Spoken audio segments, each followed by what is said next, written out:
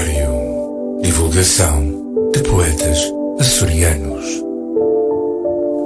É verdade, todas as terças-feiras a esta hora vem aqui o Luís Costa para nos falar do melhor que temos, a beleza da vida vista por olhos mais atentos do que o comum dos mortais. Bom dia, Luís. Bom dia, Odília, tudo bem? Bom dia, ouvintes do Rádio Clube de Angra, bem-vindos ao Poemário, primeiro então deste 2022.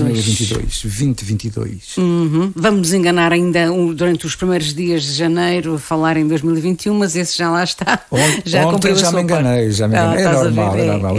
Quem não se engana é que está fora do que é habitual. Exatamente. 2022 é o ano novo e vai trazer muitas coisas boas para ti e também para os nossos ouvintes através da tua presença. Sim, eu espero que traga tudo de bom para toda a gente.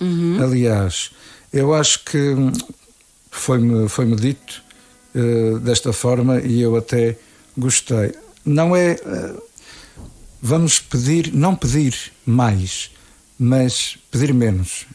Vamos banir a pobreza, banir as dívidas, quem conseguir pagá-las todas, maravilha, banir as doenças, os medos, os sofrimentos, a solidão, a falta de amor, as energias ruins, banir as pessoas que já não fazem sentido estar na nossa vida ou seja, banir tudo o que for ruim. Bem melhor do que nos concentrarmos em termos mais. Muitas vezes nós temos mais, pedimos mais e mais e mais. E depois acumula-se coisas que não são sempre boas. E temos ainda muita coisa na nossa vida para endireitar. Olhar para retirar. E acabamos por não ser 100% felizes a pedir mais. Não. Eu acho que o melhor é endireitar a casa, como se costuma dizer. Pôr os pontos nos is. Também. E ficarmos abertos à novidade também. Exatamente. À surpresa, que é outra coisa que falta muito no nosso dia-a-dia, na atualidade. As pessoas têm uma ânsia de saber, de controlar o futuro e às vezes não se consegue e cria ansiedades. É melhor ficarmos abertos às coisas que estão para nos acontecer, as boas, as menos boas, das quais havemos de tirar algum ensinamento, mas não é para isso que estamos aqui. Exato, tudo é um ensinamento, tudo é uma experiência e nós temos que ver sempre a parte positiva em tudo e mais alguma coisa da nossa vida. Por mais difícil que seja. Relativamente a poetas, quem é que tu escolheste hoje? Olha, relativamente a poetas, trago dois poetas, um nascido no dia 1 de janeiro, aliás, dia 1 de janeiro também era o dia de anos da minha avó. No primeiro dia do ano. Primeiro dia do ano. A família ia para a festa de anos quase toda de óculos escuros, com uma grande ressaca. Comer aquelas alcatras logo no dia de anos. Ai, Jesus. Maravilha, saudades, por acaso tenho saudades. Pronto, tenho muitas saudades. E o outro poeta é nascido a 8 de janeiro. Vou começar então por José Henrique dos Santos Barros, poeta nascido em Angra do Heroísmo a 1 de janeiro de 1946 e onde viveu a sua infância e juventude. Endireitar aqui o microfone. Ok. Após a conclusão dos estudos secundários, empregou-se como funcionário público. Anos depois, deu início àquela que viria a ser a aventura da sua vida. A poesia, a animação cultural, o ensaio literário, o sindicalismo e a literatura. A mobilização para a guerra colonial, como ferriel miliciano, levou-o a Angola entre 1969 e 1971, ano em que regressou à sua cidade natal. Foi a partir de então que nele mais se notabilizou uma extraordinária propensão para as coisas da cultura. O seu nome não pode deixar de associar-se ao movimento de renovação inscrito nos Açores, desde a criação, por Carlos Faria, do suplemento, que já foi aqui falado N vezes, esse suplemento, o Glacial, do jornal então angrense, já extinto, a União, e foi seu coordenador entre 1972 e 1974. Santos Barros acreditou na possibilidade de unir numa só frente uma postura de vanguarda ideológica, militante, com a ideia libertária de uma cultura em duplo, popular e de grupo. Juntamente com os angrenses, fundou a Galeria de Artes Plásticas de Grau, animou cooperativas, sindicatos, rádios e jornais, fundou e dirigiu então o suplemento Cartaz, também em 1972, entre 1972 e 74, e a revista Memória da Água Viva, de parceria com Urbano Betancourt, outro grande poeta açoriano, professor na Universidade dos Açores, entre 1978 e 1980. Mas foi no suplemento Contexto do jornal Açores, quando residindo já em Lisboa, de 1979 até à data da sua morte, que mais e melhor sistematizou todo um trabalho de animação e coordenação que se estenderia à crítica, à polémica literária, à ensaística de fundo e até a uma curiosa experiência heteronímica, que o levaria a subscrever, com diversos nomes, posições e conceitos propositada e provocatoriamente contraditórios. Foi assim, por exemplo, em relação à controversa questão da existência, ou não, de uma literatura açoriana que muito interessou os escritores açorianos da sua geração.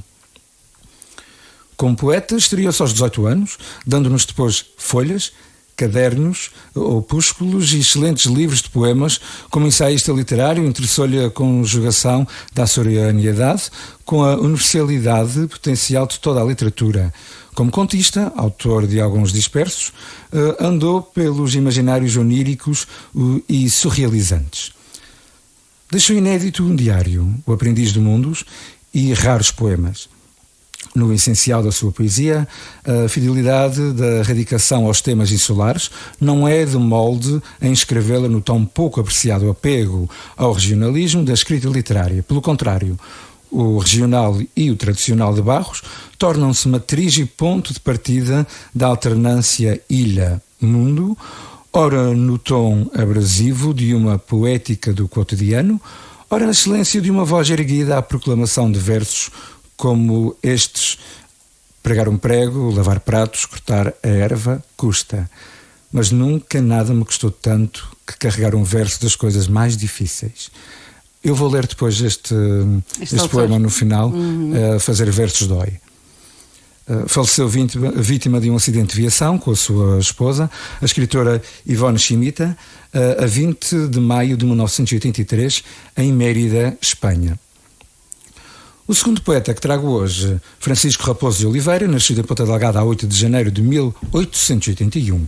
Foi poeta e jornalista. Aliás, o seu local de nascimento tem dado origem a alguma polémica porque os nordestenses reclamam para aquela vila o seu local de nascimento por os pais serem naturais de lá, ali terem casado e vivido algum tempo. A própria Câmara Municipal do Nordeste, por volta dos anos 50, mandou descerrar uma lápide na suposta casa onde nascera e deu o nome do poeta à respectiva rua.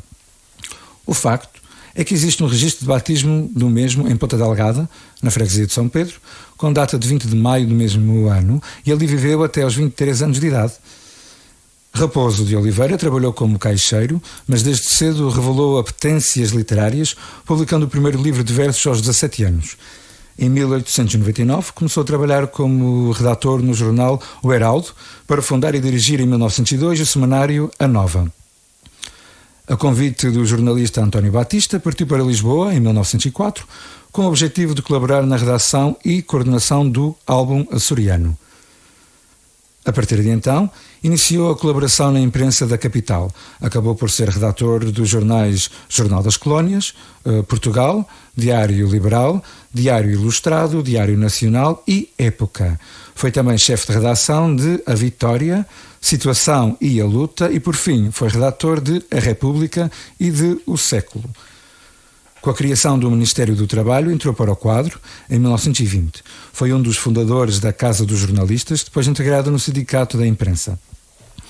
A sua obra literária inclui poesia, ficção em prosa e teatro. Pedro da Silveira afirma que é, de entre os poetas açorianos da geração pós-simbolista, o mais açoriano de todos na temática, em especial na via sacra, o melhor dos seus livros. Impenitentemente romântico e sentimentalmente idealista, tinha o culto exaltado da mulher. Ocasionalmente, enverdou pela poesia de caráter social. Faleceu em Lisboa a 17 de janeiro de 1933. A nível nacional, trago Afonso Duarte, poeta nascido em Montemoro Velho, formou-se em Ciências Físico-Naturais na extinta Faculdade de Filosofia de Coimbra. Professor, interessava-se por etnografia e arte popular, refletidos na sua obra poética ligada às crenças e mitos seculares, aos motivos da terra, vida animal, ao povo e à lide agrária. A sua sensibilidade poética deu-lhe um convívio com literatos de vários grupos e escolas. Colaborou na revista A Águia e dirigiu A Rajada, entre 1912 e 1914. Encontra-se também a sua colaboração nas revistas Atlântida, entre 1915 e 1920, na revista Contemporânea, entre 1915 e 1926, e também Litoral, entre 1944 e 1945. Por último, trago também Vasco Graça Moura, poeta e advogado, nascido a 3 de janeiro de 1942, na freguesia da Foz do Douro, no Porto. Licenciado em Direito pela Faculdade de Direito da Universidade de Lisboa, onde colaborou na publicação académica Quadrante, entre 1958 e 1962. Publicado, então, pela Associação Académica da Faculdade de Direito de Lisboa. Na década de 80, enverdou definitivamente pela carreira literária, que o havia de confirmar com o nome central da literatura portuguesa da segunda metade do século XX e um dos maiores defensores da língua portuguesa. Vamos então às despedidas. Por hoje é tudo, já sabe, pode seguir o Poemário pelas redes sociais Facebook, www.facebook.com/poemariorca e Instagram, poemário_acores. Se ainda não segue, poderá também seguir a página do Rádio Clube de Angra e também o canal de YouTube da Rádio Clube de Angra. Basta subscrever e seguir todos os conteúdos que são partilhados aqui na rádio. Para finalizar, estamos também no meu canal com a nossa rádio a fazer parte da listagem.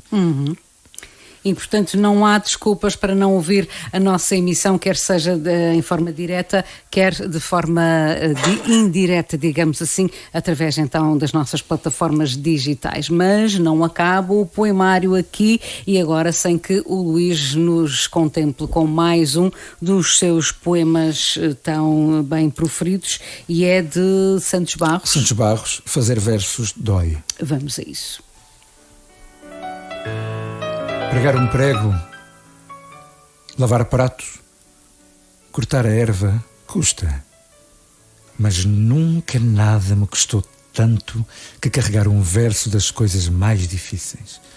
A fazer do outro lado da literatura os nós do mundo e a desfazê-los. Para os refazer, simplesmente andei por missas, por mares e por selvas, fossem as puras florestas do desejo ou cavos de prédios muito altos. Nunca rezei por vós, nem por mim, porque Deus não estava, mas em todos os sítios encontrei poesia e dei-me a fazer versos e a fazer amor como quem se imola e não se amola, com a melancolia dos vizinhos, a ver-me apanhar o autocarro ou a chegar da vida burocratizada que é a profissão de organizar processos de velhice para os que vão morrer daqui a pouco. Pregar um prego custa. Ai, se custa. E mais deve custar 8 horas diárias de cadência bruta nas fábricas da loucura. Eu te digo isto, operário por quem não chora nem rezo e nem te desprezo ao ponto de cantar as glórias do teu amanhã que não há, porque sei que tu sabes ser a obra tua. Mas apalpar o verso disto também custa. A mim não é tanto a dor explorativa que dói, mas o verso que explode dolorosamente por trás e pela frente e em diagonal do poema. Agora que começo a escrever a minha morte, sabem-me os versos aos verões da infância que não houve. Sabem a umidade das mesas frias onde vi os poetas outonais que não conheço fingir que choravam e recebiam das damas, através de um lenço, a notícia rendilhada da sua condenação à morte. É certo, tudo aborrece quando já não há canções, iludindo a aspereza da voz que primeiro as cantou, quando se morre como o Rui Belo de fazer versos. Venham-me as cantigas, digam-me ainda: o mar é português, o Senhor aguarda os corações que se elevam ao alto, as selvas servem de pulmões do mundo e não há buracos nos lugares onde deixei bombas e me mataram. E vi a morte com um sorriso nos lábios. Há um frio real nestes dedos e o verso de fevereiro não os aquece. E pronto, está completa a edição de hoje, 4 de janeiro, do Poemário. Muito obrigada por mais este momento, Luís, e até de hoje a 8 dias. Obrigado, Adélia. Até 2 a 8 dias.